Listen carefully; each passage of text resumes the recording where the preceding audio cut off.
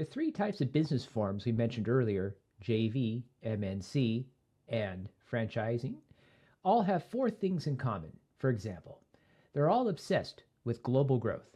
They want to make sure the vision of their business expands beyond their current boundaries. Also, all three types are fascinated by branding and intellectual property. Why? Because when you get down to it for a business, image is everything. If you don't have an image, you don't have a brand. If you don't have a brand, guess what? You don't have any customers. So, branding and IP.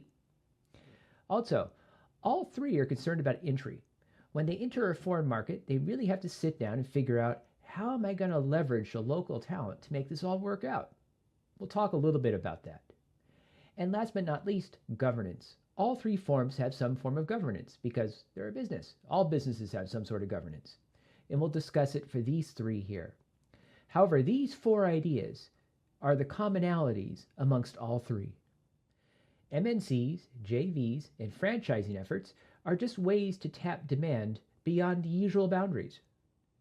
You may be wondering, what would an MNC, JV, and franchise consider as global growth? Well, there's a whole pile of things. However, the top five are here when you get down to it. The first one is new segments. Basically, these business forms need to find new people to sell to.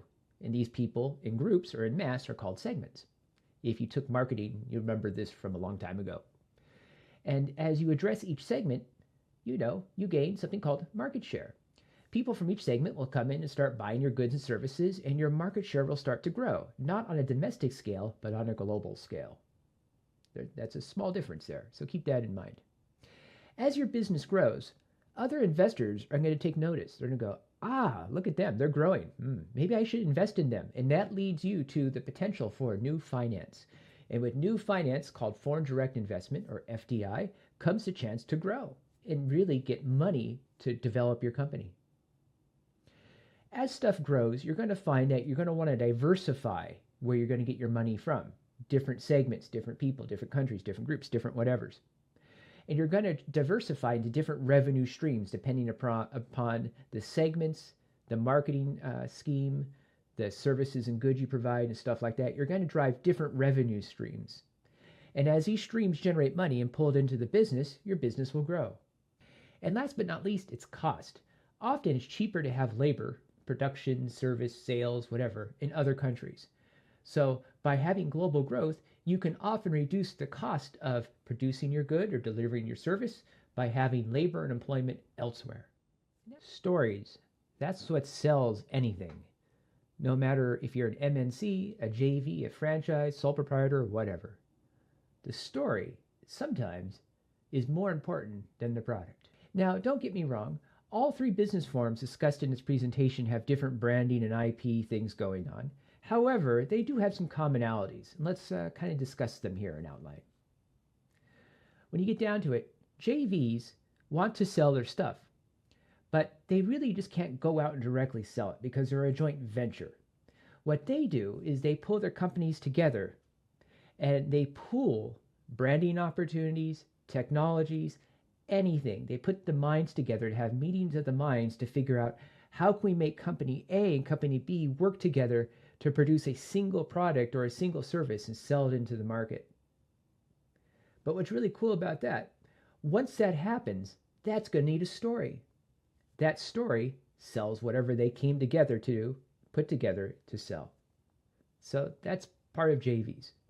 Now, let's talk about MNCs. MNCs are a little more aggressive because once you're a multinational corporation, you have worldwide recognition of your brand, your logo, your food, whatever, cars, whatever you're selling. Okay? And at that point, it's basically the MNC goes to the foreign country, sets up shop, moves all the technology and other stuff into that shop to make it a success, then kickstarts production and starts marketing. And everyone knows they're coming. So that's how MNCs go about it. Unlike JVs who have to sit down and have a meeting of the minds, the MNCs already have a game plan that they just roll out and use. However, they're going to need a story as well that's compatible with the people they're trying to sell to. Last but not least is the franchisee. This poor person has to go out, buy the brand rights from usually an MNC, and start building very slowly brand recognition on the ground and that story that goes along with it in order to sell whatever the franchise is intending to sell. For example, a McDonald's. As you well know, McDonald's are different throughout the entire world because throughout the entire world there are different expectations of McDonald's. However, the experience of McDonald's, no matter where you're at, is roughly the same. This is important for the franchisee because they have to build that story using the rights they purchased from an MNC for their brands, for their materials, for their foodstuffs, for their whatever. So when you get down to it, all three forms tell a story. However, the pathways to the stories are different. But the intent of the story is just to sell whatever they want to sell, hence a commonality. Another commonality these three business forms have is the desire to enter foreign countries to conduct business. The only thing that really differs is how all three of them do it. For example, MNCs go out to existing joint ventures and franchises to figure out how to get their goods and services into them so they can be sold into existing markets. And a good example of this is McDonald's.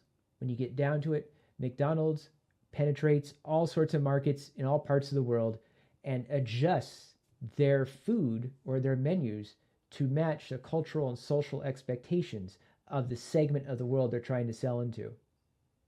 Another good example is from